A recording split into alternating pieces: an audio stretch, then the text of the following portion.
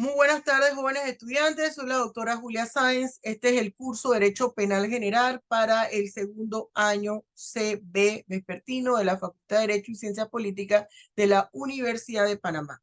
Yo quiero dejar esclarecido, que quede constancia en acta, que la metodología de mi curso no es darlo a través de la plataforma Zoom. En esta ocasión lo estamos dando por la plataforma Zoom debido a que en el día de hoy han habido muchos tranques de manera muchos cierres de calle de manera intermitente que dificultan llegar hasta la universidad. Aparte, se había anunciado que la universidad saldría a la calle los estudiantes. Yo soy asmática, entonces me ha agarrado en algunas ocasiones esto dentro de la universidad y he tenido problemas por las bombas lacrimógenas, los gases lacrimógenos. En el día de hoy vamos a hacer un curso teórico, vamos a dar una parte teórica de las medidas de seguridad y las penas. Ya nosotros hemos abarcado causa de justificación, eximente de culpabilidad. Hemos hecho a través de la estructuración de la individualización de la pena un repaso general, que lo vamos a volver a hacer, lo vamos a volver a realizar. Sin embargo, en el día de hoy nos toca ver estos dos temas, medidas de seguridad, y quiero hablar de un aspecto de la clasificación de la pena. Permítame compartir pantallas aquí.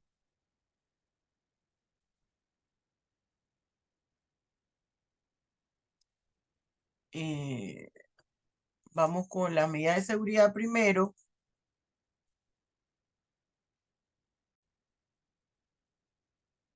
Un momentito, por favor. Así,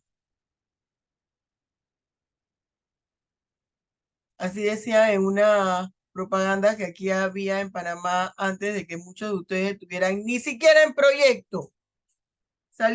Imagínense, la televisión era en blanco y negro y solo teníamos dos canales, el 4 y el 2, y salía una mano así.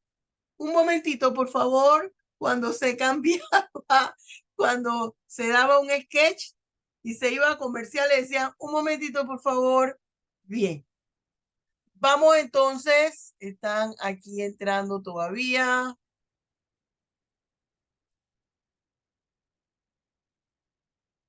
Ajá, Maribel. Recuérdeme, por favor, antes de finalizar la clase, pasar la lista. ¿Me escuchó? Recuérdeme, antes de finalizar la clase, pasar la lista. Vamos a ver perdónenme, las medidas de seguridad. Fíjense, las medidas de seguridad, nosotros señalan, bueno, no es una pena, no es una pena, pero es una consecuencia jurídica del delito. Lo que sucede es que nosotros tenemos que partir de la premisa que toda persona que realiza una conducta, esa conducta le va a generar algún tipo de responsabilidad.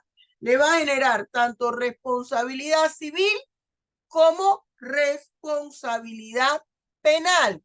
Ahora bien, en algunas ocasiones, usted sabe que esa responsabilidad civil, esa responsabilidad penal, perdón, se ve afectada. Para que la comisión de una conducta sea considerada como un delito que genera responsabilidad penal, se deben cumplir con ciertos requisitos. Y uno de esos requisitos es que se den los elementos constitutivos del delito. Estamos hablando que el Código Penal habla de conducta, tipicidad, antijuridicidad y culpabilidad. Y yo les he señalado que yo soy de la corriente de la doctrina que le aumenta dos elementos, más la imputabilidad y la punibilidad. Aun cuando digan, bueno, es que la imputabilidad va a formar parte de la culpabilidad, sí, pero también forma parte de la antijuricidad y sin embargo, nosotros lo vemos como un ejemplo, como un elemento aparte. ¿Y por qué yo incluyo estos dos elementos, la imputabilidad e incluyo la punibilidad? Porque a veces hay situaciones, y que es donde entran las excusas absolutorias, que se dio la conducta ilícita, sin embargo, la ley penal permite que la conducta se lleve a cabo, la propia ley penal. Uno de los ejemplos más fáciles de ubicar es el delito de aborto. El delito de aborto, elementos más fáciles, uno de los ejemplos más fáciles de ubicar para explicar la excusa absolutoria. El aborto es una figura delictiva. Sin embargo, hay situaciones en que la propia ley permite que se lleven a cabo esa figura delictiva del aborto, que es, por ejemplo, cuando la mujer ha quedado embarazada producto de una violación carnal, cuando está en riesgo la vida de la madre y que al dar a luz ella va a morir, sobre todo si esa madre tiene ya una prole, ya tiene niños con vida independiente, es decir, que no dependen de ella. O la tercera opción es en aquellos casos en que el niño viene con unos traumas, es decir, con unas enfermedades tan traumáticas que es imposible, así ese niño sea hijo de Rockefeller, que tenga una vida cómoda, llevadera o placentera. Va a ser sumamente difícil que eso suceda. Entonces, esas son las tres opciones que se constituyen en excusa absolutoria. ¿Qué quiere decir?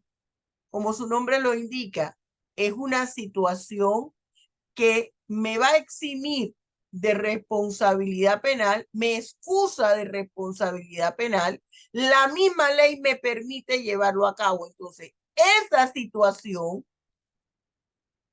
no coloca una pena a la conducta realizada. Y están todos los demás elementos constitutivos del delito, pero hay un elemento que hace falta, que es la punibilidad. ¿Quién estará entrando con un celular? Por favor, la persona que entró con el número de su celular, ponga su nombre, si me hace el favor, o me indica el nombre. Bien. Dicho esto, nosotros colegimos de lo que acabamos de decir, o producto de lo que acabamos de decir, se entiende que todo acto realizado por una persona genera una responsabilidad penal y responsabilidad civil. Pero hay una que es una responsabilidad penal al 100% y otra que es una responsabilidad penal que se atiende bajo otras circunstancias. Y aquí es donde entran las medidas de seguridad.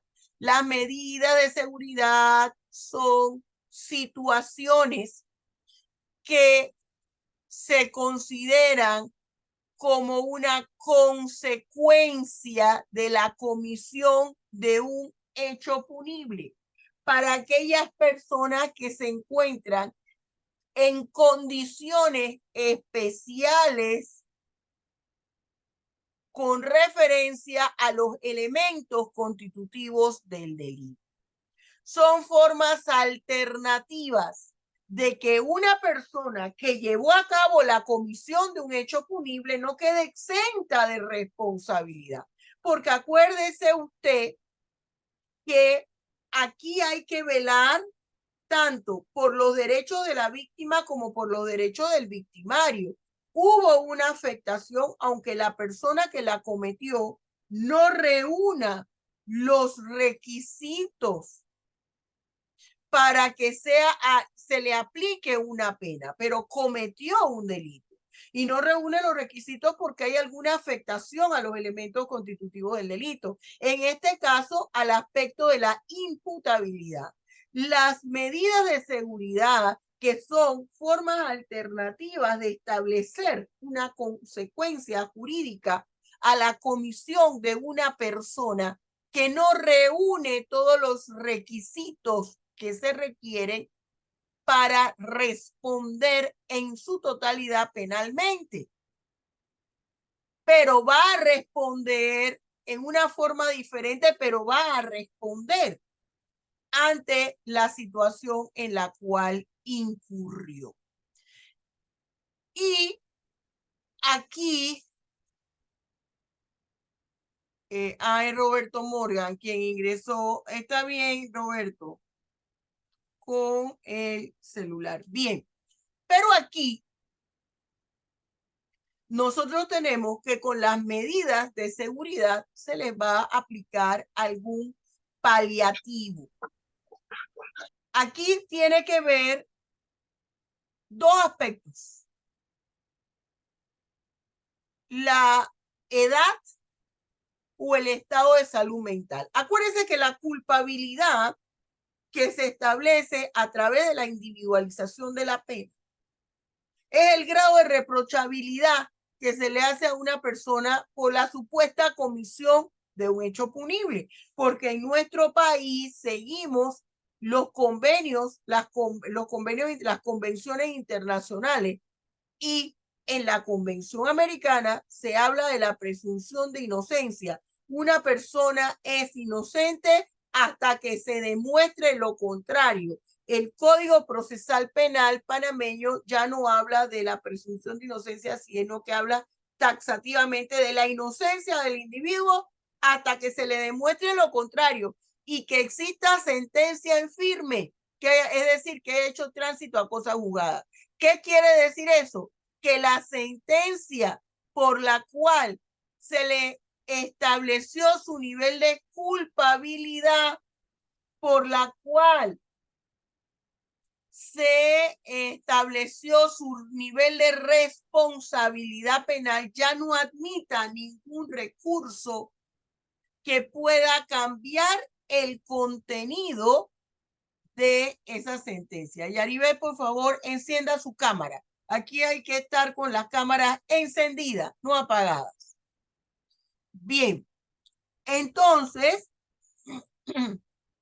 esa persona a la cual se le está estableciendo una responsabilidad penal tiene una afectación en los aspectos de la culpabilidad. Esa culpabilidad tiene, les estaba diciendo, los aspectos propios del derecho penal y los aspectos del derecho procesal penal. En los aspectos del derecho penal, esa culpabilidad comprende dos elementos: la antijuridicidad y la imputabilidad. La antijuridicidad, que no es más que el injusto jurídico, dicho en palabras sencillitas, es el adjetivo de ilícito de la conducta. Es la característica de ilicitud que conlleva la realización de una conducta. Y para que conlleve ese aspecto de ilicitud, tiene que estar tipificada en el Código Penal. El segundo aspecto, además de la antijuridicidad, es la imputabilidad. Es importante determinar la imputabilidad. Ese es el otro elemento de la culpabilidad desde el punto de vista del derecho, desde el punto de vista del derecho penal. Hay otro aspecto de la culpabilidad que es desde el punto de vista del derecho procesal penal. Yo tengo que corroborar a través de medios probatorios la culpabilidad del individuo. Cometió supuestamente el delito de robo. Bueno, yo tengo que ver que efectivamente él es el responsable a través de los medios probatorios, pero eso es el aspecto procesal penal. En el aspecto penal, eso involucra advertir en la conducta la imputabilidad del individuo y la antijuridicidad de la conducta del individuo. Bien, Entonces, cuando en esa imputabilidad hay dos afectaciones, la salud mental o la edad, se aplicarán las medidas de seguridad. Ahora bien, en la edad, nosotros tenemos que tener presente que esa edad, la edad de la persona, tenemos que tener presente en qué grupo etario se encuentra establecida.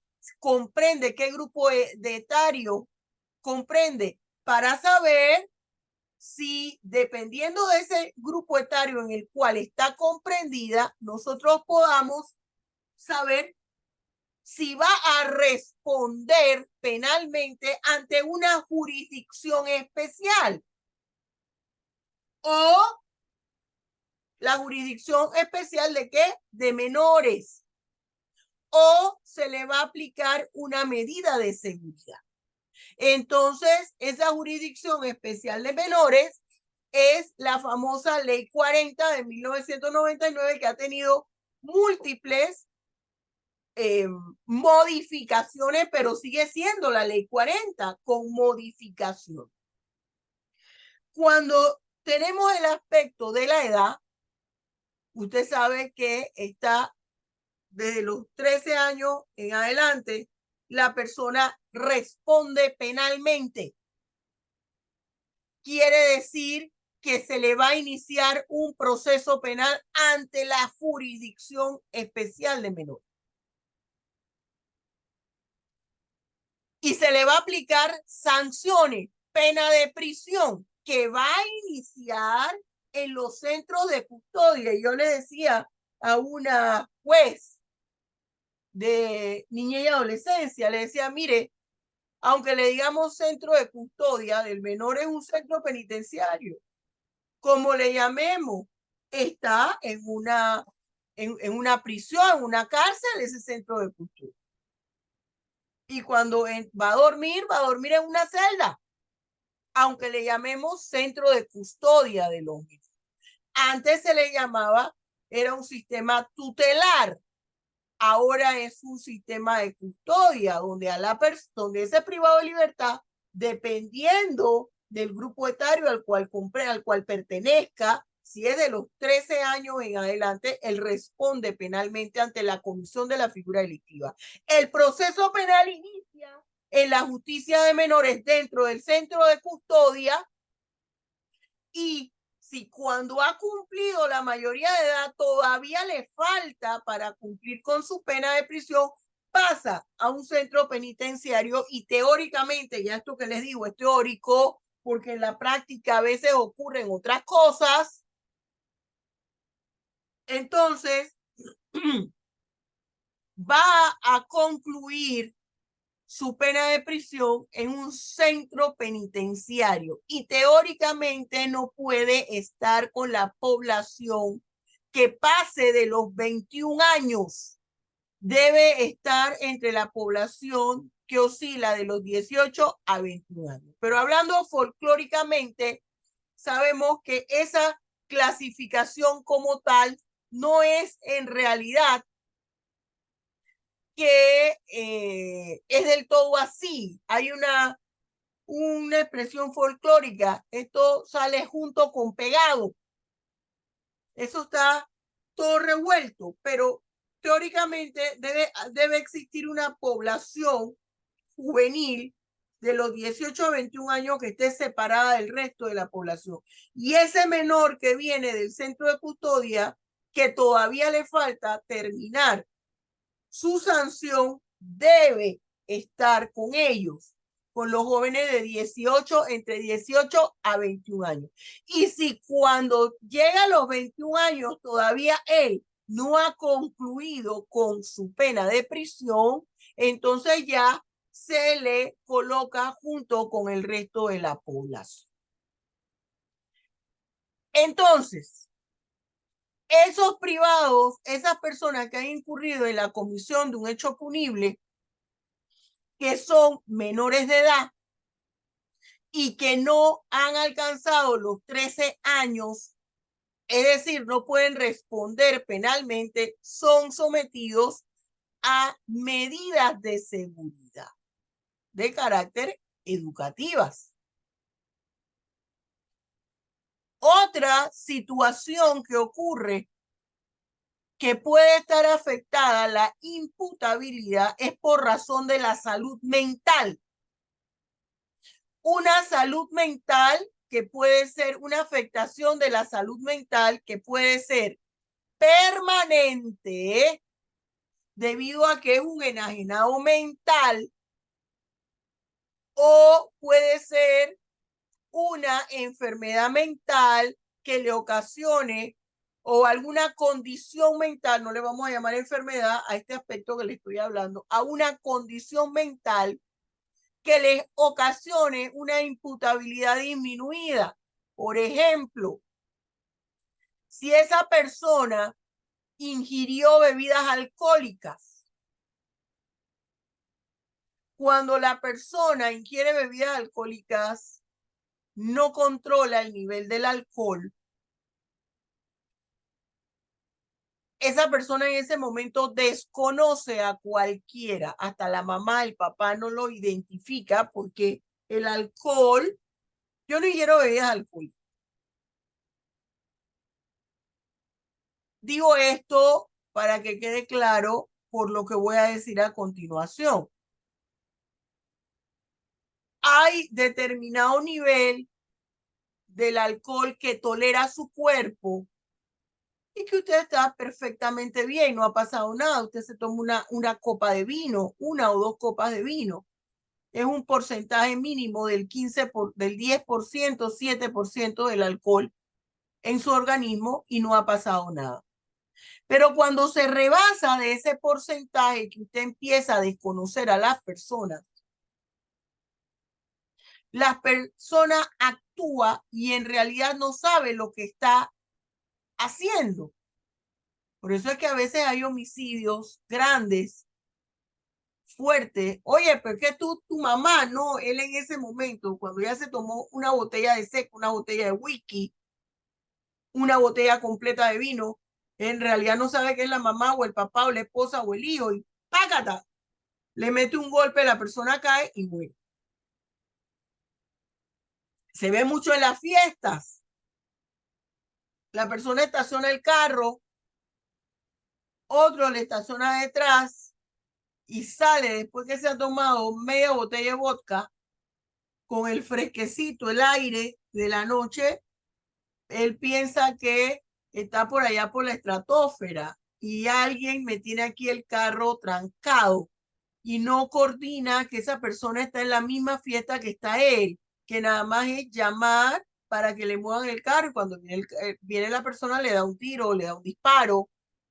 ¿Ves? Entonces, eso hace, estoy aquí contestándole a una de sus compañeras. Entonces, eso es lo que hace que la persona tenga una imputabilidad disminuida debido a un trastorno que hay producto de una ingesta de bebidas alcohólicas. No es una enfermedad mental. Ahora, hay que ver si la ingesta de esa bebida alcohólica fue de carácter fortuito o fue inducida. De carácter fortuito, me invitan a una fiesta y yo me pasé de tragos.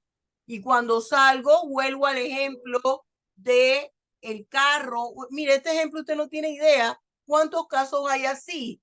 La persona salió de la fiesta, no reacciona, que todos los que estaban en la fiesta se conocen que hay problemas del estacionamiento y se acordó que se estacionaban uno detrás de otro y luego tienen una persona en la puerta que va avisando. Y ya encolerizada porque quiere irse, sale la persona que lo tranca, lo empuja, la persona se cae, se golpea la nuca y fallece. Ahí hay una afectación a la capacidad de su comprensión debido a una ingesta alcohólica fortuita. Él fue a la fiesta y tomó. La que es inducida se da sobre todo en aquellos casos de pandilla o alguien que quiera incurrir en la comisión de un delito. Usted fue contratado y es la primera vez que usted va a matar y lo contrataron para matar a Elsa. Usted tiene que llenarse de valor y empieza a tomar. Y combina el licor con otro tipo de droga, porque el licor es una droga social. Las bebidas alcohólicas son drogas. Lo que pasa es que es aceptada por la sociedad. Y empieza a emborracharse para darse valor y poder matar a Elsa, que es su primer muertito. Ya después, cuando va el segundo o el tercero, ya la persona agarra confianza y no necesita eso. O simple y sencillamente se da un paso de coca, de heroína, toma algún tipo de estas drogas que hay ahora. ¿Para qué? Para darse valor. ¿Y cómo me doy valor? Desconociendo a la persona que tengo que matar. Ya no hay en mí ese sentimiento y que esta es una madre de familia. No, mira que esta es una joven. No, que este es un padre de familia. No, que este es un niño. No, no va a tener la capacidad para poder hacer ese análisis. Lo mata. Ese es el inducido. El otro es el fortuito. Eso va a afectar para determinar si hay una imputabilidad disminuida o no. Y si hay algún tipo de imputabilidad, entonces se sabrá cómo se va a individualizar la pena y si se aplica medida de seguridad. Si hay una imputabilidad absoluta, debido a que a la edad que tenga menos de 13 años, medida de seguridad. Imputabilidad, inimputabilidad absoluta, inimputabilidad absoluta por la edad, que es un enajenado mental al 100%, una medida de seguridad porque hay una inimputabilidad absoluta. Pero hay otras afectaciones y que ocurre y que traen como consecuencia algún trastorno mental momentáneo.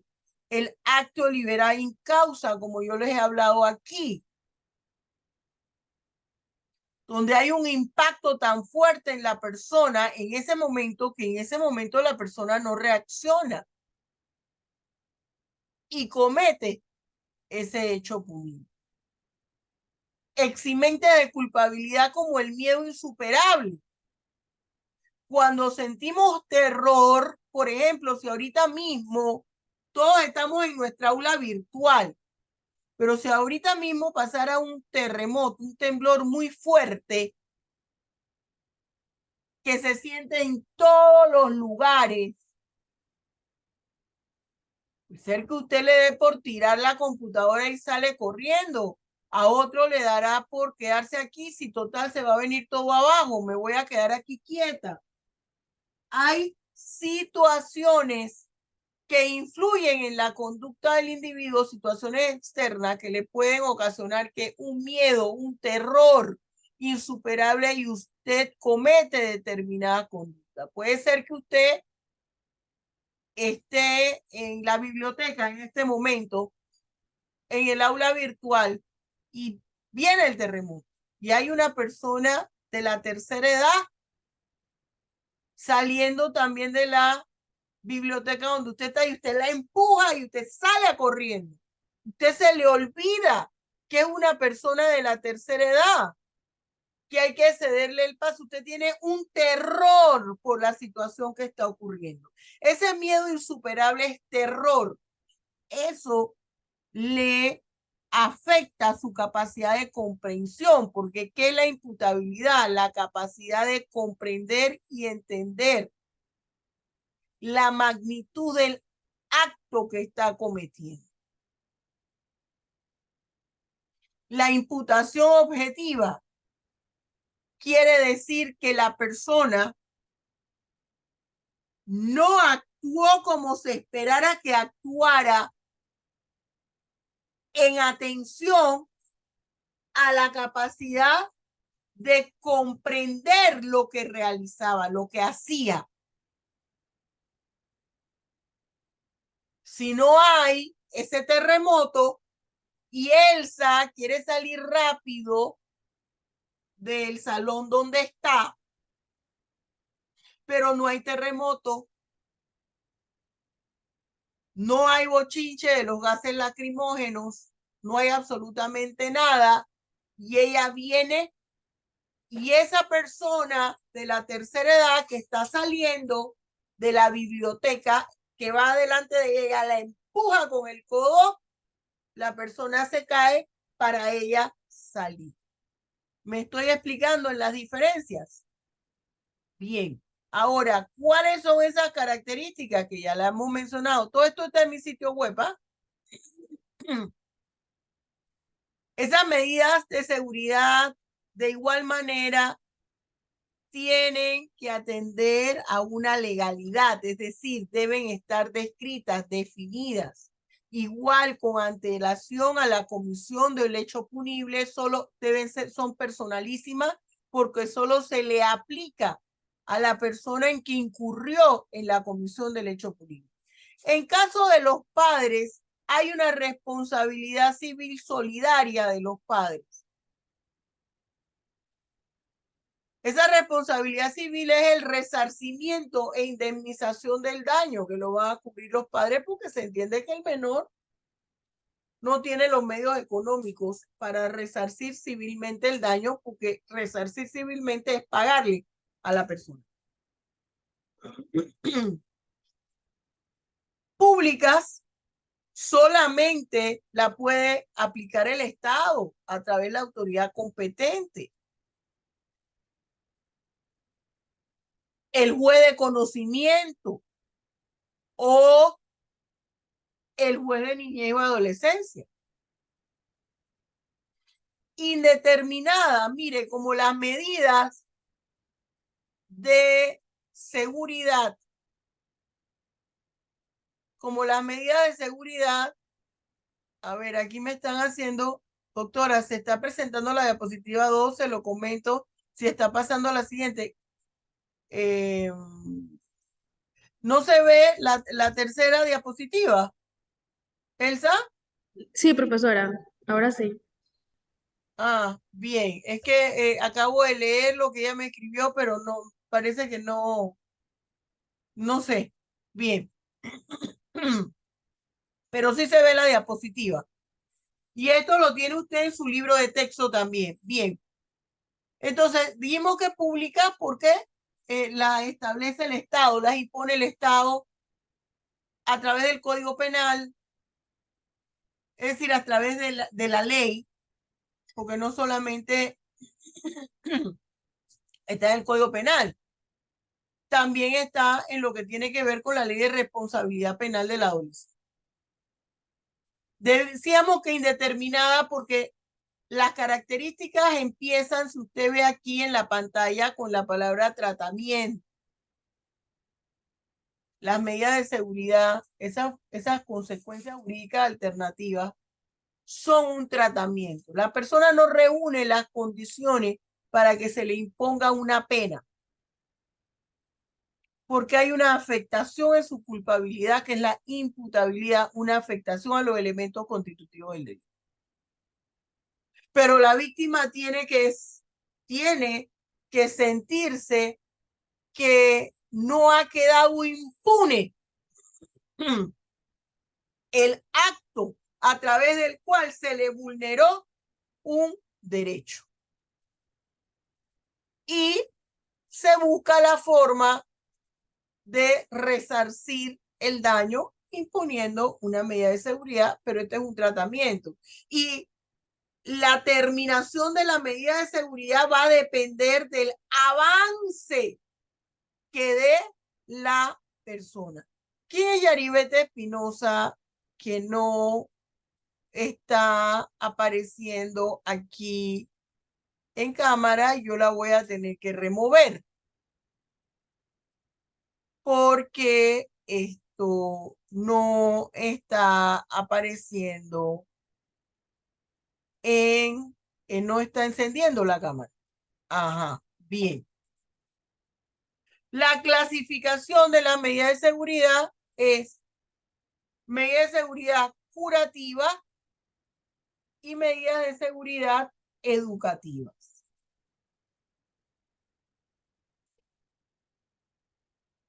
Forma de llevar a cabo las medidas de seguridad. Bien, puede ser a través de un tratamiento ambulatorio o un tratamiento que implique el internamiento en algún centro especializado. Por ejemplo, puede ser en un tratamiento, en un centro de tratamiento psiquiátrico, un hospital de salud mental, un centro de readaptación, un centro de desintoxicación y deshabituación, un centro educativo especial o socioterapéutico. Si la persona es adicta, va a un centro de desintoxicación y deshabituación. ¿Deshabituación qué es? ¿Por qué deshabituación? Porque tiene el hábito de la adicción. Las medidas ambulatorias, de seguridad ambulatorias, también en los mismos lugares, con la diferencia que puede entrar y salir en un instituto de salud mental o en un hospital mental, pero va a la terapia con el médico. Allí le aplican una medicina y luego la retira el familiar. La lleva en la mañana, a la hora o a las 2 horas la retira, la espera. El tratamiento de centro de desintoxicación igual. Va a la persona por un periodo determinado de horas y el pariente o el familiar o la persona que está responsable de él lo retira. ¿Qué dice nuestro código? Nuestro código habla de todo lo que yo le he señalado a ustedes, pero ¿dónde está regulado? En los artículos que van del 123 al 127 del Código Penal. Título sexto, medidas de seguridad. Capítulo primero, clases de medidas de seguridad. Aquí estamos hablando que son de carácter educativo y curativo. El objeto de la medida de seguridad, el 124, evitar que la persona incurra nuevamente en la comisión del hecho punible. Es el mismo objetivo de una pena. Cuando se aplica una pena, ¿qué se pretende? Que la persona no incurra nuevamente en la comisión de una figura delictiva. Y hablamos de la prevención específica y la prevención general. Que el que mató no vuelva a matar y que el resto de la población, al ver, oye, mira, Pepito mató y lo metieron preso, mira, le pusieron 30 años, mejor, cada quien en su esquina, no matemos a nadie porque si no nosotros también vamos para el tambo. Es la misma finalidad, el mismo objetivo. Tiene igual prevención general y prevención específica. Y aquí vemos cómo nos dicen los lugares donde se llevan a cabo el 125, se pueden llevar a cabo estas medidas de seguridad en un centro educativo especial, en los centros de desintoxicación, en un centro de readaptación donde sean terapias, en un centro de tratamiento psiquiátrico. A veces en países del primer mundo se tiene en el centro penitenciario unos pabellones especiales totalmente independientes del resto de la población para realizar algún tipo de medida de seguridad. Hay hospitales psiquiátricos penitenciarios. Panamá no lo tiene.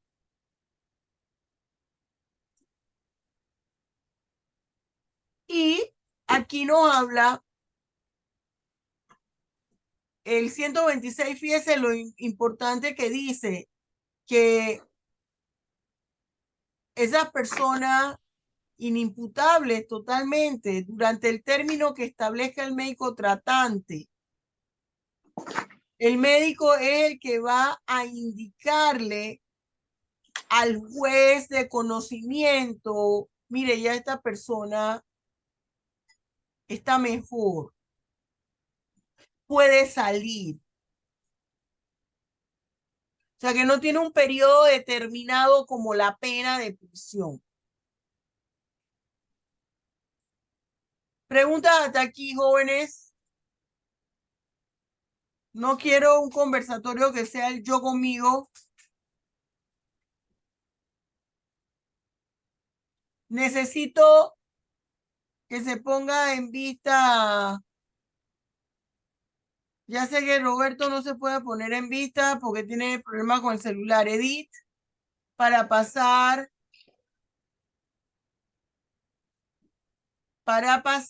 esto lista y que continuemos.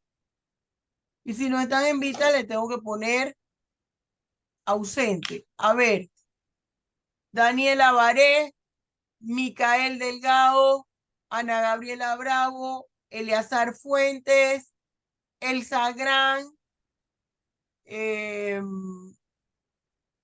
la otra persona es de la Espada, ¿verdad? De la Espada, Maribel Rodríguez, Joaquín Pascasio, Beverly García, Kathleen Hill, Edith Portocarrero, Ricardo Rodríguez y Rigoberto Morgan, que tiene problemas del celular. Edith, tú no te oyes porque tienes el teléfono, el micrófono en silencio. Tú me pones aquí que yo me veo, pero no tengo audio. Ay, que no, como que no has movido ahí o no sé qué pasa, pero bueno, ya ahí ya te vimos. Bien, vamos ahora a pasar otra diapositiva para que hagamos un taller aquí. Voy a volver a compartir pantalla.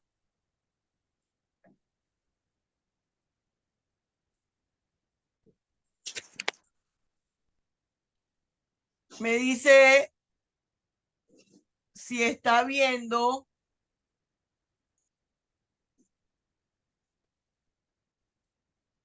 ¿Está viendo la diapositiva?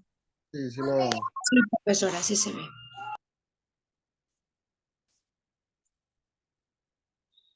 A ver. Momentito, por favor. ¿Se ve perfecto? Sí, profesora, se ve bien. Se ve bien. Bien. Vamos entonces aquí, que me gusta verlo bien. Clasificación de la pena. ¿Qué están escribiendo? Bien. Era Edith, ya te vi, Edith. Clasificación de la pena. Esto también ya lo hemos visto, que desde el punto de vista legal y desde el punto de vista científico. Desde el punto de vista legal es lo que nos dice nuestro artículo 150, perdón, el artículo 50.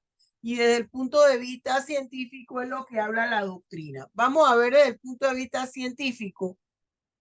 Esa pena se clasifica en 3 grupos.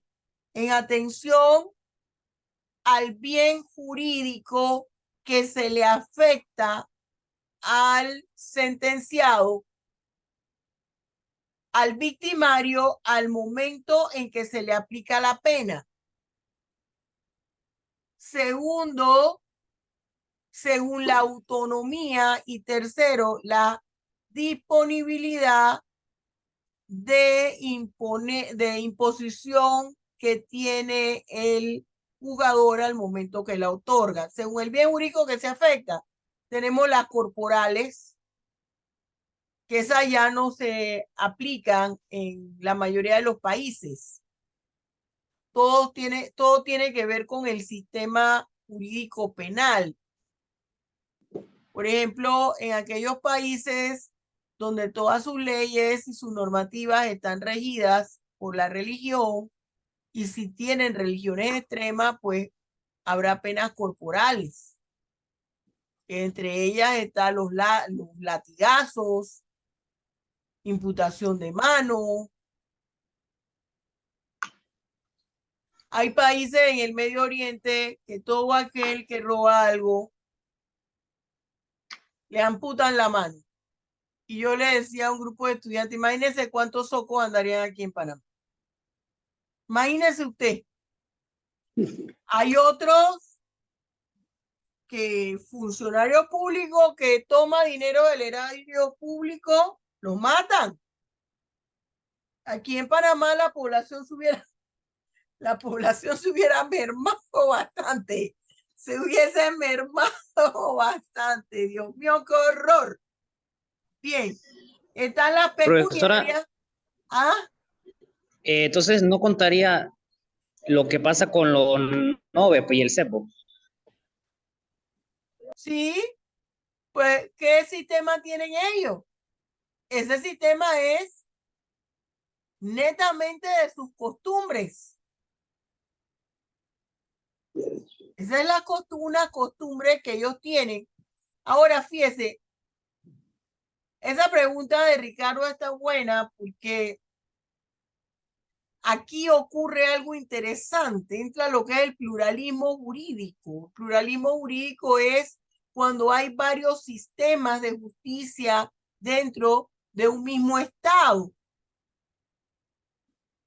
Y ellos allí están dando una sanción que es de naturaleza corporal. El cepo es un tuco donde tiene un espacio para poner los brazos o los tobillos. La persona puede caminar los brazos o incluso otro en la cabeza y los brazos. Y hace las veces de una pena de prisión. Pero esa es de carácter corporal. Profesora, pero tienen que regirse también a la Constitución. Ellos tienen unas reglas y tienen que regirse también a la Constitución, según tengo entendido. Sí, tienen que revisar a la Constitución, pero también la Constitución habla y establece la figura del juez comarcal. ¿Y por qué lo establece? Porque habla que ellos se respetarán sus leyes. Ahora, hay ciertas figuras delictivas que tienen que pasar a la autoridad común o la autoridad latina, según la gravedad del hecho punible que ellos no pueden sancionar. Y entonces, la autonomía es desde el punto de vista legal. Cuando dicen según su autonomía, desde el punto de vista legal, artículo 50. Y la disponibilidad y disposición otorgada al juez cuando hablan de copulativa y disyuntiva es cuando se aplica una sanción u otra. Por ejemplo, días multa. Usted le aplica la multa y si no la cumple, eso se pasa a días de prisión. Y disyuntiva es que se aplican las dos. Cuando hay pena de prisión y además hay inhabilitación para el ejercicio del cargo público. Y esa otra empieza a regir cuando finaliza la pena de prisión.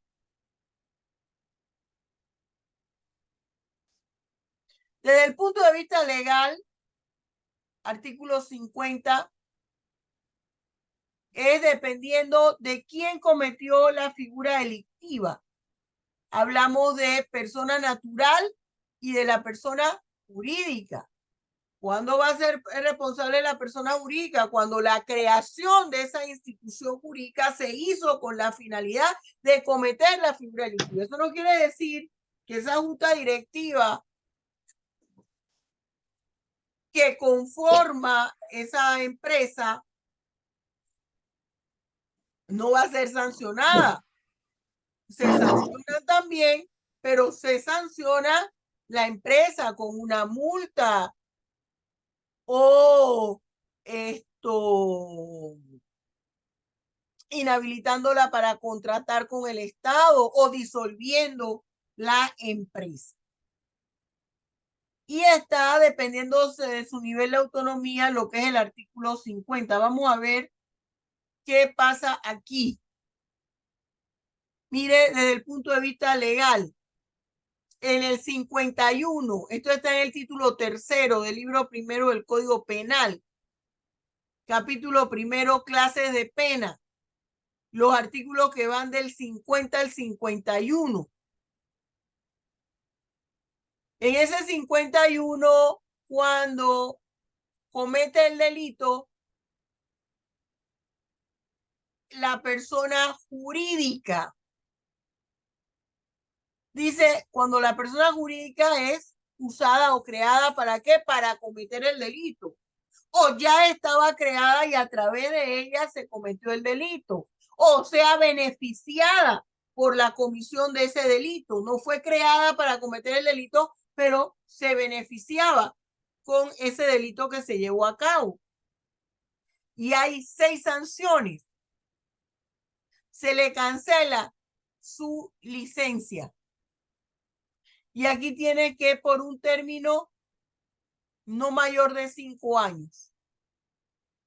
Después de esos 5 años va a poder seguir operando. O una multa no inferior a $5,000, pero siempre se va a colocar, la multa va a corresponder al doble de la lesión. Si el daño causado fue de $10,000, la multa será de $20,000, por ejemplo.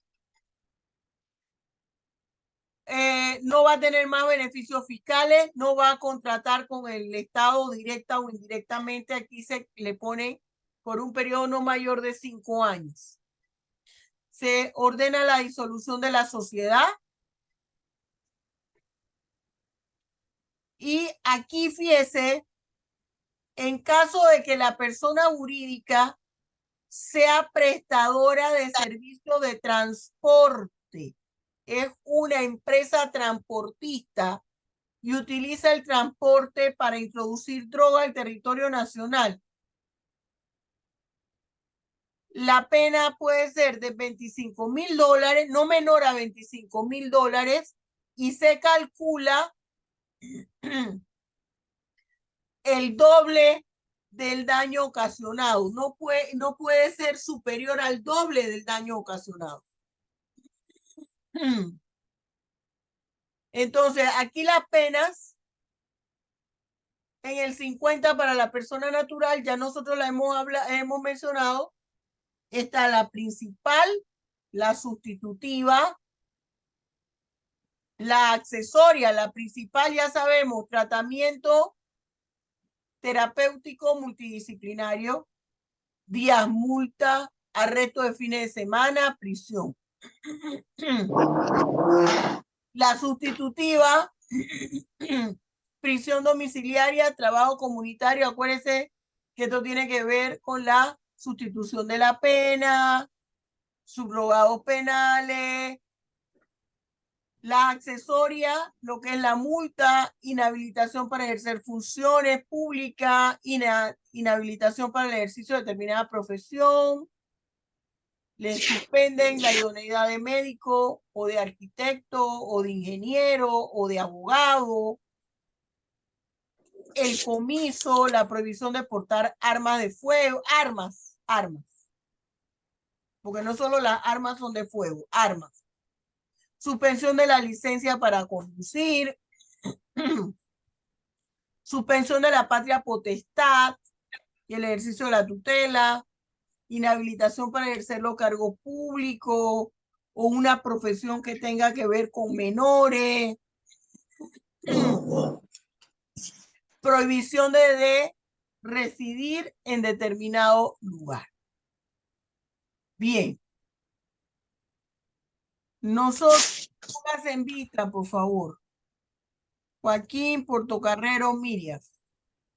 Ay, ya. Miriam, Edith puso ando en eso, pero no sé si se refería a qué se refería. Soy ando en eso. Bien. Esta es una parte teórica de consecuencia jurídica del delito. Preguntas. Para que hagamos un pequeño taller. Un pequeño taller. Algo no ha quedado claro, todo está tan claro como el agua de los Alpes suizos, que para qué pregunto, tan turbia como el agua del Chagre, que igual para qué pregunto. Bien. Nosotros hemos analizado a través de la teoría de la consecuencia jurídica del delito que las penas tienen función de represión, sancionar a la persona por la comisión del hecho punible, pero también tiene la prevención, una prevención general y una prevención específica. La prevención específica es para la persona que cometió el hecho punible y la general es para los demás que vieron que Pepito Buenavista cometió un delito, lo sancionaron. Entonces mejor yo no hago lo que hizo Pepito. Esa es la general y la específica es para Pepito. Pepito dice, bueno, cometí este hecho punible y me sancionaron. Así es que mejor yo no lo vuelvo a hacer. Yo les pregunto a ustedes, otra de las funciones de alguna manera es de que la víctima sienta que es el daño que ella ha sufrido no ha quedado en vano.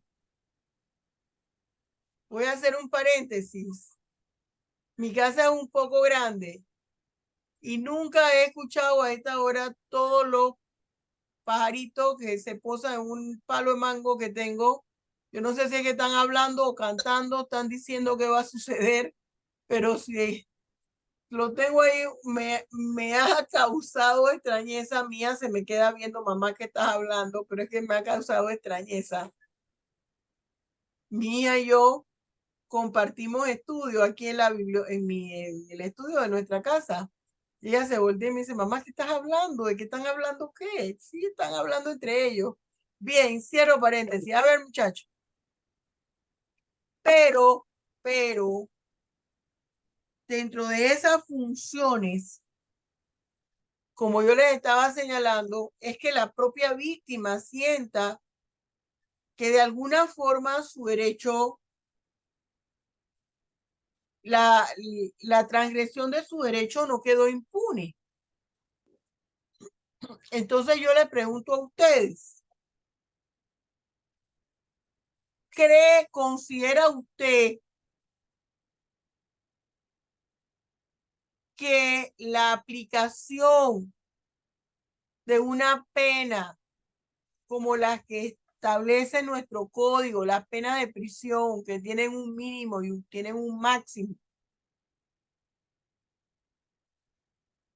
es suficiente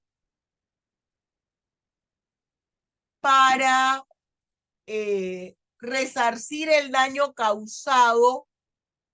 ¿Usted cree que se cumple aquí lo de la escuela funcionalista, lo que hablaba Klaus Roxin, que el derecho penal debía ser funcional, es decir, en palabras sencillas, debía servir para algo, no solamente para reprimir? ¿Se cumple o no? ¿O usted cree que es necesario que eso esté complementado con otras cosas? A ver, quiero escuchar. Todos no pueden hablar.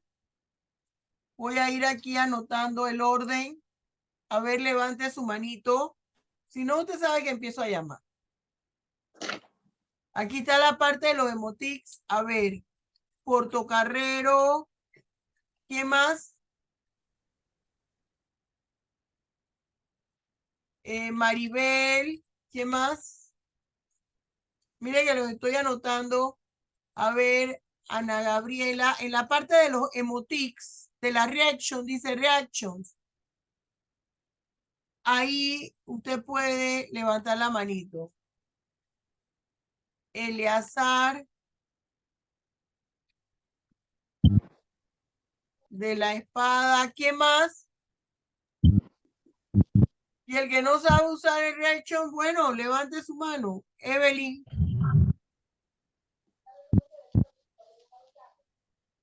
Y Elsa. Ahí está el orden. A ver, Portocarrero. Profesora, yo pienso que al derecho penal le hace falta mi manera de pensar.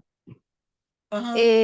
Como más, o sea, siempre se ha dicho, siempre vemos el derecho penal como represivo, como la forma en que podemos reprimir en un momento dado el delito.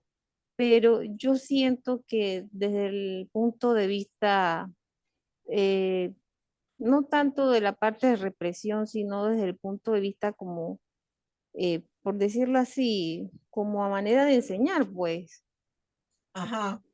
que debería como de complementarse esa cosa también, ¿no? Y sí es verdad que en un momento dado esta escuela sí establece los puntos bastante claros y pues tiene mucho sentido lo que ahí dicen, pero sí pienso que debería de complementarse un poco más, porque por lo menos pienso yo, ¿no? Si nosotros como ciudadanos estamos informados de que si hago esto o como me decía mi abuela en su momento, al niño hay que enseñarle qué está bien y qué está mal, ¿no?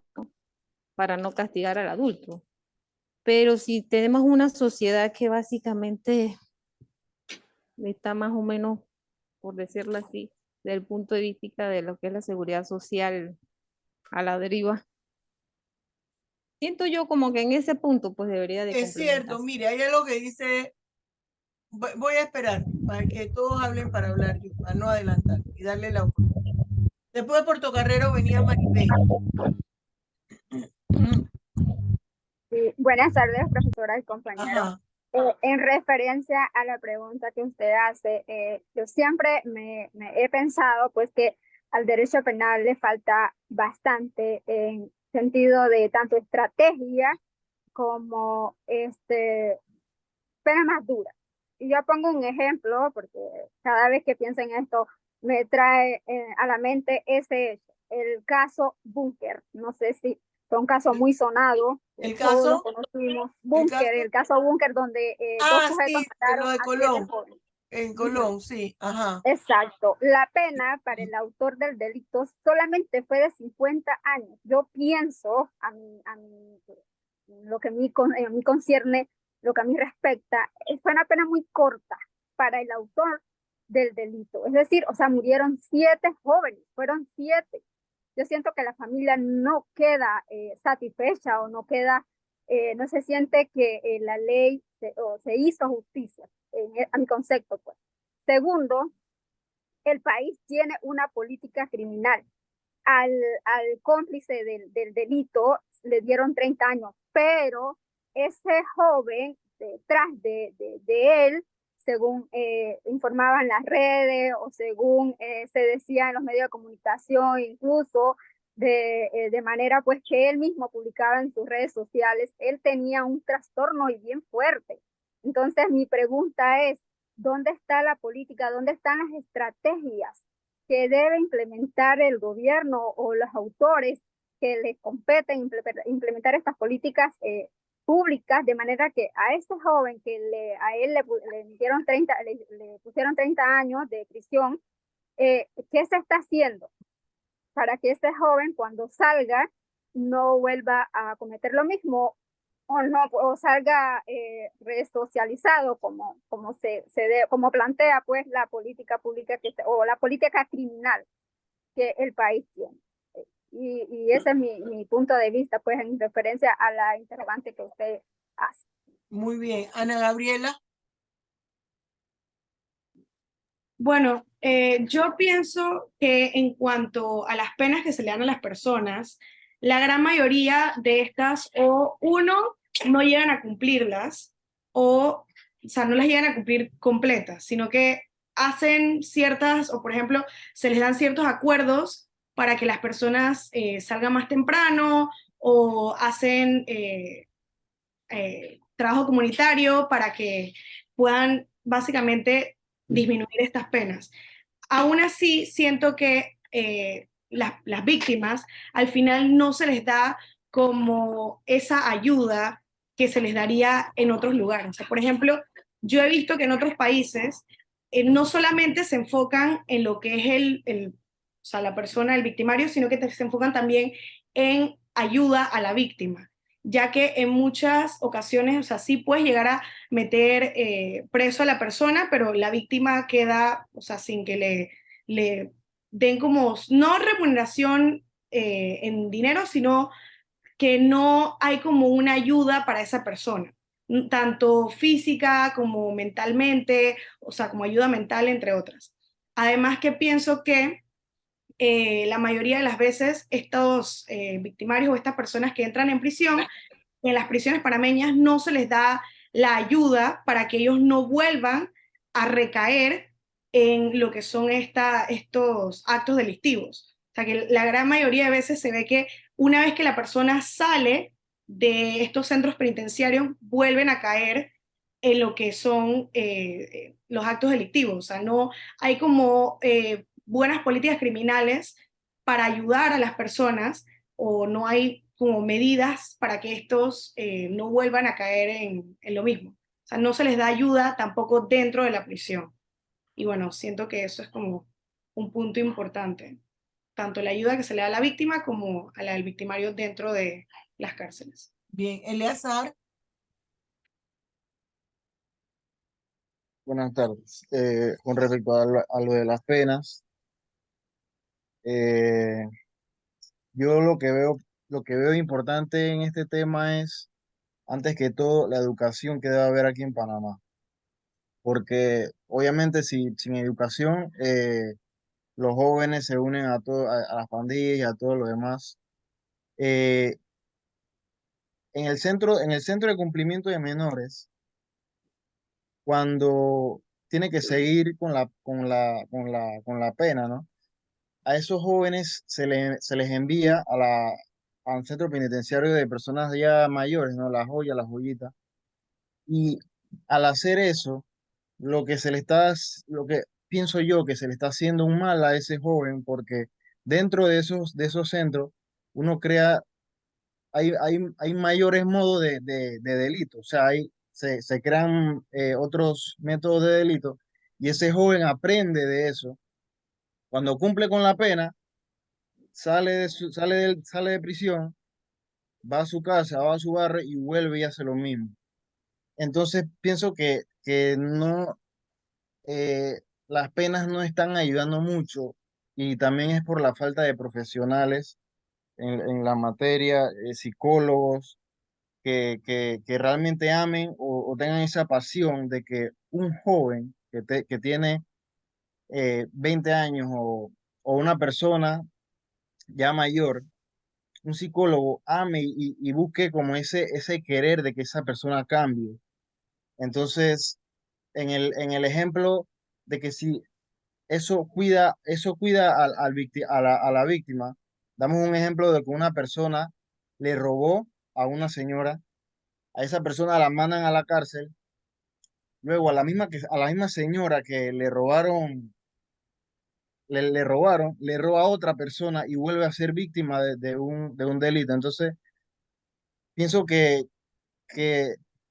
es muy precario el sistema que tenemos actualmente en Panamá. Si le pedimos a Panamá que tenga ese sistema funcionalista, le estamos pidiendo mucho, porque aquí en Panamá no tenemos como una autoridad que ponga mano dura en ese tema, y más si tenemos a los que dirigen al país en lo público, en la cosa pública, tenemos a personas que realmente no tienen moral para decirnos a nosotros cómo debemos comportarnos, porque no son de ejemplo y no, no veo como que ese sistema funcionalista tenga, tenga, tenga un cambio en Panamá. Y en el tema de los jóvenes o las personas que cometen delitos. Entonces, la pena, digo yo, que no, no tiene como hay veces que sí, hay veces que no. Entonces, la pena no tiene como, no cumple con su objetivo, que es que la persona cambie, porque al final sale la persona y vuelve y hace lo mismo. Y vuelve y hace lo mismo. Bien, seguimos con De la Espada. Sí, profesora, buenas tardes, compañeros, profesora. Buenas tardes. Yo estoy de acuerdo con algunos compañeros de lo que han mencionado, con la experiencia que ya usted sabe, trayectoria que tuve. Pienso que hay falencias en esos artículos que son de pena Ujú. y exclusivamente en menores. Los menores delinquen, van a los centros de custodia, pasan su tiempo allá, algunos no culminan por buena conducta, salen y como dicen los compañeros, vuelven a delinquir. O sea, crean una adicción a lo que son los delitos.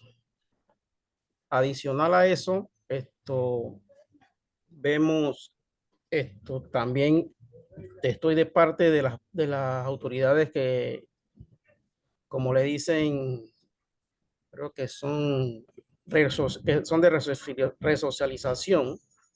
Hay pero yo trabajé con muchos, hay buenos encargados en esa materia que ayudan a los muchachos que caen en delitos, pero todo depende de la familia, porque eso viene de la casa. Uno aprende, como me enseñaron a mí, los valores en casa. Los profesores, maestros en las escuelas nos inculcan y nos refuerzan esos valores. ¿Qué pasa? Hay muchachos que, dependiendo de la calidad de familia que tenga, unos de escasos recursos, unos de más recursos, los de menos recursos, lo primero que buscan es lo más fácil. La vida fácil, lo que remunera y da más plata. Y se pierde el valor de estudio, se pierde toda orientación a una vida real que debe ser y efectiva para que el país produzca. Ese es mi modo de ver y creo que sí, hay bastantes falencias en nuestras leyes y los dirigentes deben hacer una organización o reunirse para que la ley sea más fuerte para los que delinquen, porque veo también falencia cuando, un ejemplo, en casos de violencia doméstica, la persona, sea hombre o sea mujer, violenta a su pareja y hay más, le meten más años a esa persona que a una persona que delinque, roba o ultraja a una mujer. O sea, son mi modo de ver la vida y creo que debe haber un poquito más de sopeso, o sea, de equilibrio en estas leyes, en mi opinión. Muy bien. Vamos con Evelyn.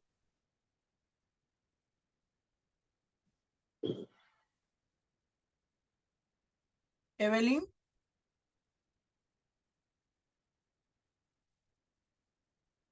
Evelyn parece que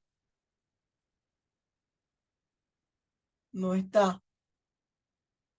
O yo puse Evelyn y era Beverly.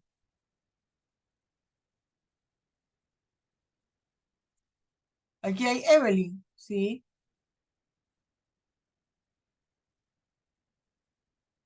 A ver, vamos con Elsa, después vamos con Beverly y Micael. Vamos, Elsa. Buenas tardes. Sí, yo siento que el Código Penal, en cuanto a la ley y los delitos, sí se encuentran reguladas, deberíamos tener una actualización constante porque se ha visto que se han ido incrementando tipos de delitos y han nacido nuevas figuras delictivas. Y eso es algo que nosotros debemos tener en cuenta al momento del estudio del Código Penal futuro. Y adicional, siento también que el número de penas cuando el delincuente va a ser juzgado no va de acuerdo o no va acorde a lo que la acción que realiza. Siento que sí está regulado, pero tendría que ser un poco más fuerte al momento de la sanción. Bien. Vamos entonces con Beverly y después Micael. Buenas tardes. Bueno, de mi punto de vista, lo que usted dice, profesora, de si el daño para resarcir el daño a las víctimas, yo siento que no. Y en parte va mucho en lo de la aplicación de las penas. Uno, porque si hablamos en caso de homicidio, yo creo que eso jamás se le puede resarcir a los familiares, o sea, la pérdida de la persona querida o del vínculo familiar. Y en otro aspecto, mencionando lo que usted mencionó, creo que es muy importante. A veces no es tanto que falte a la pena, que falte lo que está, sino que lo que falta es que se cumpla. Porque como usted bien mencionó, que puso el ejemplo de los menores de edad, un joven de 13 años ya cuando pasa, digamos que ya cumple mayoría de edad y sigue pagando su pena, que caen en la cárcel, en el penitenciario, esto deberían, como usted lo dijo, como debería ser, ponérselo con jóvenes de su edad hasta los 21 años. ¿Por qué? Porque a mi punto de vista, como no tienen ese orden, ese control, y al llegar ahí lo ubican donde ellos quieran o les plazca, las otras personas siento que tienen como un dominio sobre ellos. Entonces, mentalmente lo que hacen es destruirle la mente y salen siendo peores personas o cometiendo lo mismo o haciendo hasta peores delitos de lo que por lo cual entraron.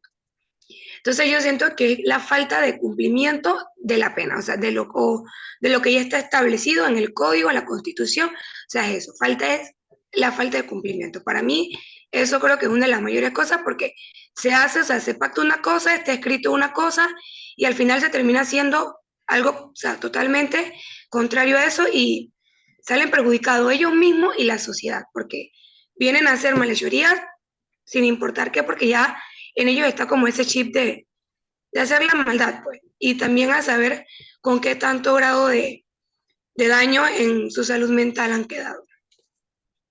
Muy bien, seguimos contigo, Micael, para yo concluir. ¿Me escucha, profe? Ajá. ¿Me escucha? Sí, sí te escucho, hijo. Bueno, yo creo que la pena y la sentencia no deberían llevarse, que a veces muchos nosotros nos dejamos llevar por el sentimentalismo. Nos ponemos de parte de la familia, digamos un homicidio.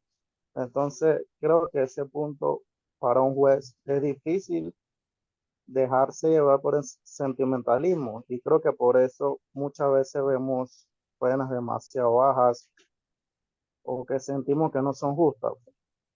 Y, y por ende lo vemos desde ese punto de vista. Es verdad lo que dice la compañera Ana, que debemos de ver los dos puntos de vista, el victimario y la víctima.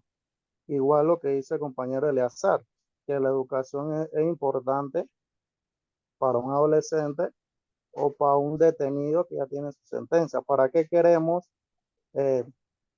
una pena altísima si lo que queremos es resocializar, digamos en el caso de un menor?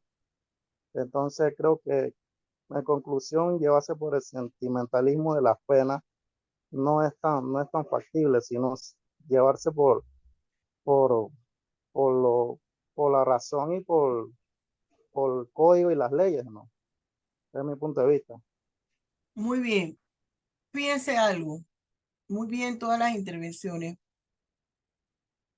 Aquí ocurre lo siguiente. Nosotros tenemos que para que el derecho penal pueda ser efectivo,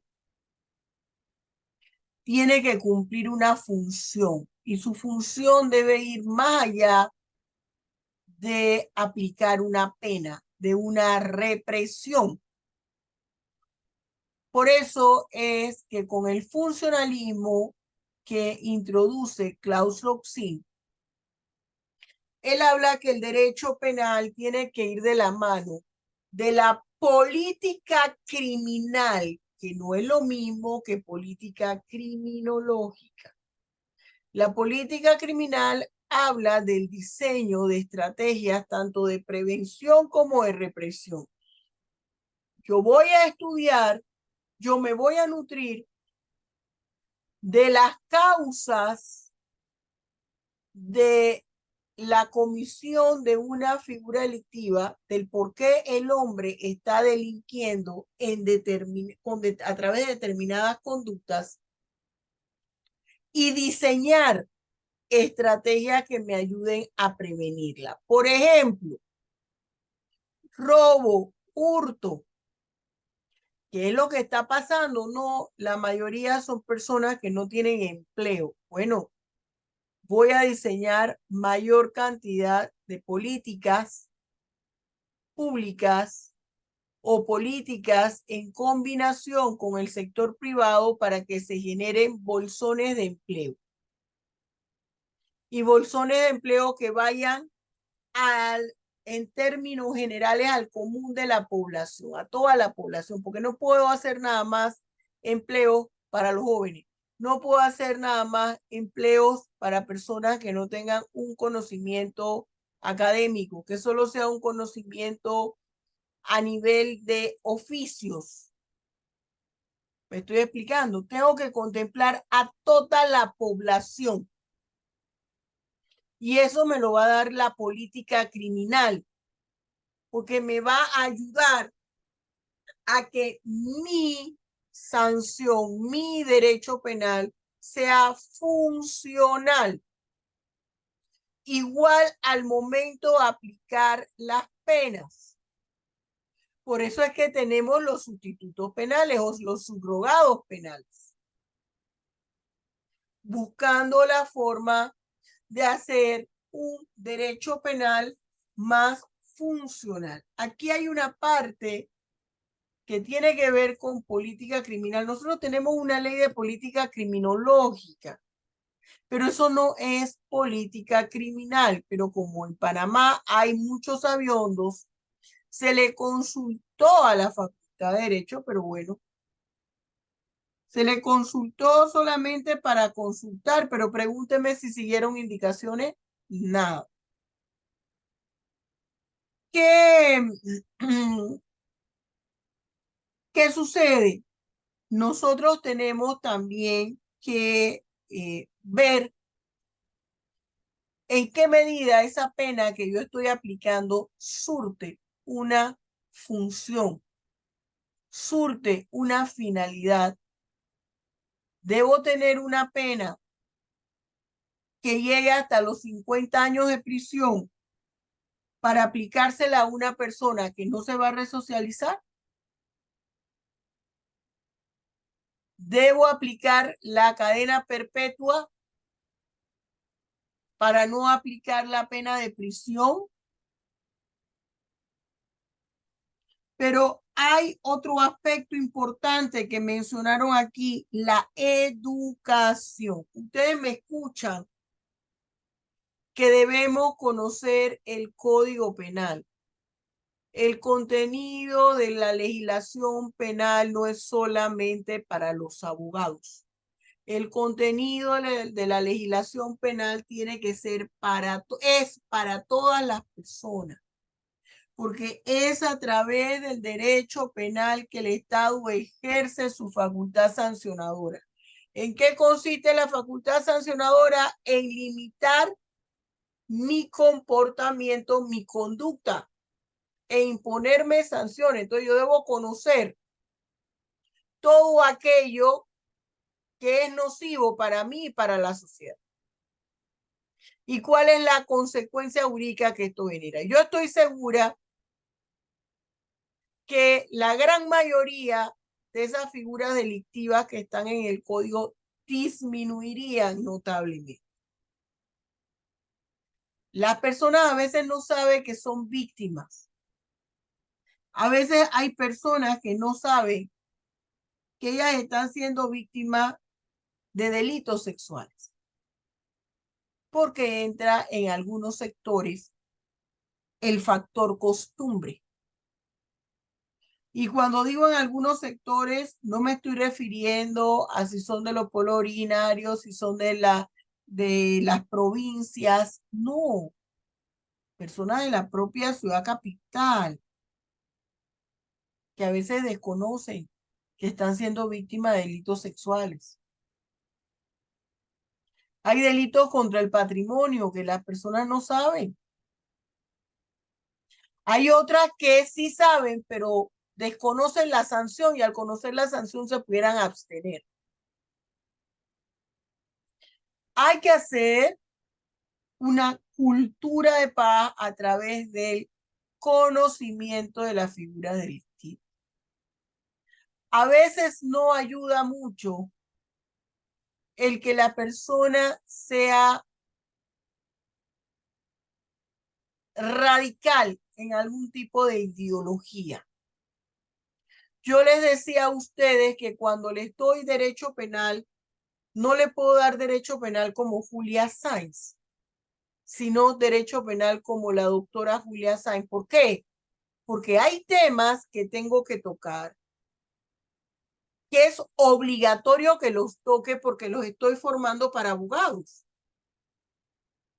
Pero son temas que yo, como Julia Sáenz, no los traería ni siquiera para un tema de conversación, porque me molestan, me incomodan, son temas escabrosos. Me estoy explicando, pero hay que enseñarlos para que ustedes mismos, teniendo la visión y el panorama, puedan tomar la decisión sobre algo. El aborto, hay que hablar del aborto. Porque usted es un abogado, usted se está formando como abogado. Hay que explicarle las necesidades o los requisitos para que en algunas situaciones se dé el aborto. Si yo estoy de acuerdo o no estoy de acuerdo con el aborto, ya ese no es un tema que lo debo aplicar aquí, decirle, bueno, no vamos a dar la figura del aborto porque usted se va a ir directo al infierno. No puedo imponer allí mis orientaciones religiosas. ¿Me estoy explicando? El derecho penal no se puede convertir en un tabú, tenemos que abordar todas las normas. Y así como el derecho internacional, el derecho constitucional, todo. Me acaba de pasar con una conferencia, yo no cobro ninguna conferencia ni ningún taller que yo dé, ninguno. Así me tomo 1 hora u 8 horas impartir. Y me invitan a dar un taller la próxima semana sobre perspectiva de género. Perspectiva de género, jóvenes, no es ideología de género. Son dos cosas totalmente distintas. Observar algo con perspectiva de género implica observarlo desde el punto de vista de la mujer y desde el punto de vista del varón. Abordar un tema, por ejemplo, los delitos sexuales con perspectiva de género, es abordar el delito sexual cuando la víctima es una mujer y cuando la víctima es un varón. Para que las personas comprendan o tomen la determinación de decidir si la ideología de género es buena o es mala, ¿qué es lo primero que usted tiene que hacer, Elsa? Definirlo, definir qué es Conocer ideología de el género. concepto del exacto, muy bien. Conocer el concepto de la ideología de género. Para yo saber si el delito de homicidio es bueno o es malo, yo tengo que conocer qué es homicidio. Y entonces, cuando terminé de la clase con el otro grupo, yo reviso mi correo, mi celular, y tengo una lluvia de correos. ¿Cómo es posible que se esté hablando esto de la Agenda 2030 y no sé qué, y una serie de cosas? Se ha formado un revolú tan feo y yo le decía a las personas, eso no es así. A la muchacha que organizaba el evento, pues se asustó. Dice, mejor voy a dejar eso así. Digo, bueno, tú fuiste la que me invitaste, reina linda, así es que no hay ningún problema. Y pobrecita, todo se le cuadriculó. Y fue una persona, una de sus compañeras, la que envió eso por redes diciendo que ahí se le iba a decir a las personas que aplicaran ideología de él. ¿Qué le parece? Eso pasa con el derecho penal. Eso pasa cuando se habla del delito de aborto. Eso pasa cuando se habla de los delitos contra el honor. Eso pasa cuando se habla del delito de estupro. Estuve yo en un conversatorio en el Parlatino sobre el CENIAF, lo organizaba el CENIAF, y estaban hablando allí de un tema tan escabroso. Decían, es que el menor de edad tiene derecho a tener placer en las relaciones sexuales cuando la tiene, en la intimidad sexual. ¿Qué pasa con eso cuando lo abordan desde esa forma? Están dándole razón a que eliminen el estupro y que se hable de palabras consensuadas y llegará un momento a que los menores se juzgarán como adultos. ¿Por qué? Porque tenemos una serie de tabús y los temas lo abordamos a veces desde el extremo. ¿Se fija? Vamos a lograr disminuir un poco las conductas ilícitas en la medida en que nosotros divulguemos, enseñemos a la población las figuras delictivas en términos generales, tal cual las plantea el código, y no desde el enfoque personal de cada individuo. Aprenda eso, es un consejo que se lo doy para terminar la clase. En el ejercicio de su profesión, no inmiscuya su corriente ideológica, ya sea política o religiosa, porque entonces no va a poder percibir las cosas como las debe percibir desde el punto de vista del derecho. ¿Me expliqué? Bien. Sí, profesora. Espero que la próxima semana podamos dar las clases en el aula presencial. Parece que ya la universidad se calmó, Elsa, ¿o no? Estoy incomunicada en este momento ahora mismo, profesora. No sé qué está pasando fuera. Bien. Entonces, jóvenes, si no hay ninguna pregunta, ¿todo está claro? Bien. El segundo parcial lo tenemos. ¿Cuándo? El 24 de octubre. El 24 de octubre. ¿Y el tercero? 31 de octubre. 31 de octubre. Muy bien, jóvenes, esto se lo voy a estar colgando en mi canal de YouTube en el transcurso del día o de la noche. Acuérdense que esto se tiene que convertir para yo poderlo subir. Dios les bendiga ricamente. Igualmente. Hasta luego, profesora. profesora. Igual, Gracias. profesora.